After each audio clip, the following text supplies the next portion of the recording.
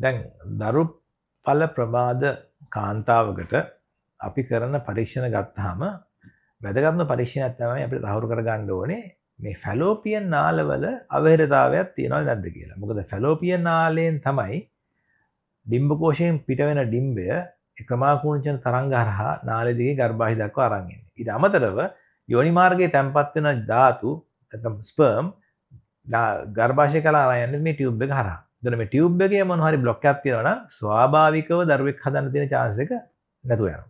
ඉතින් මේක අපි සාමාන්‍යයෙන් ටියුබ් ටෙස්ට් එකකින් තහවුරු කර ගන්න ඕනේ මේ කාන්තාවගේ ෆැලෝපියන් ටියුබ් වල මොන හරි බ්ලොක් එකක් තියෙනවද කියලා. දැන් මේක ප්‍රධාන වශයෙන් මේක කරන්න පුළුවන් ක්‍රම තුනක් තියෙනවා. පළවෙනි එක තමයි අපි බොහොම සරලම ගොඩාක් රාජ්‍ය රෝහල් වල තියෙන බහුලව තියෙන ක්‍රමය තමයි HSG හිස්ටෙරෝ සල්ෆින්ගෝග්‍රැෆි කියලා පරීක්ෂණයක්. මේකදී අපි කරන්නේ අම්මට යෝනි මාර්ගය හරහා ගැප් ගල හරහා අපි ඩයි එකක් ගහන ගමන් බඩ එක්ස්ට්‍රා එකක් ගන්නවා. ඒතර බඩ එක්ස්ට්‍රා එකක් ගන්නකොට මේ ඩයි එක මේ ගර්භාෂය ඇතුලේ යන විදිය සහ ටියුබ් වලින් එළියට යන විදිය අපිට රෙකෝඩ් කරගන්න පුළුවන්.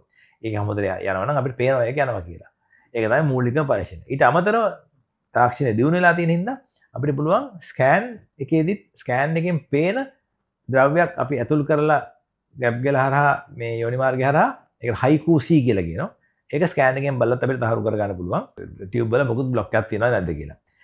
දැන් මේ අවස්ථා දෙකේදීම හයිකූසී එකේ HSG එකේ තියෙන ප්‍රධානම අපිට තියෙන ගැටලුව තමයි මේකෙන් අපිට නාලේ ක්‍රියාකාරීත්වය ගැන අපිට එළියේදී ඇතුලේ බ්ලොක් එකක් තියෙනවා අවහිරතාවක් තියෙනවා කියලා අපිට බලා ගන්න පුළුවන්. හැබැයි නාලේ එළියේ ක්‍රියාකාරීත්වය ගැන නාලේ පිට ක්‍රියාකාරීත්වය ගැන අපිට අවබෝධයක් ගන්න බෑ. මොකද නාලේ පිට වෙන බැඳීම් ගැන ඇඩිෂන්ස් ගැන අපිට අවබෝධයක් ගන්න බෑ. ඒත් කරන්න පුළුවන් හොඳම ගෝල්ඩ් ස්ටෑන්ඩඩ් ටෙස්ට් එක තමයි ලැපරොස්කෝපික් ඩයි ටෙස්ට් කියලා.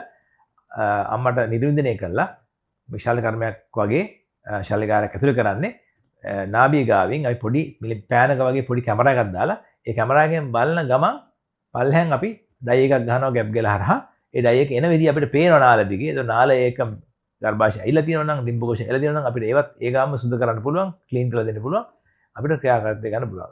ඔය තමයි පොදුවේ අපි දැන් මේ නාල වල අවහිරතාවයක් තියෙනවද කියලා බලන්න පාවිච්චි කරන පරීක්ෂණ.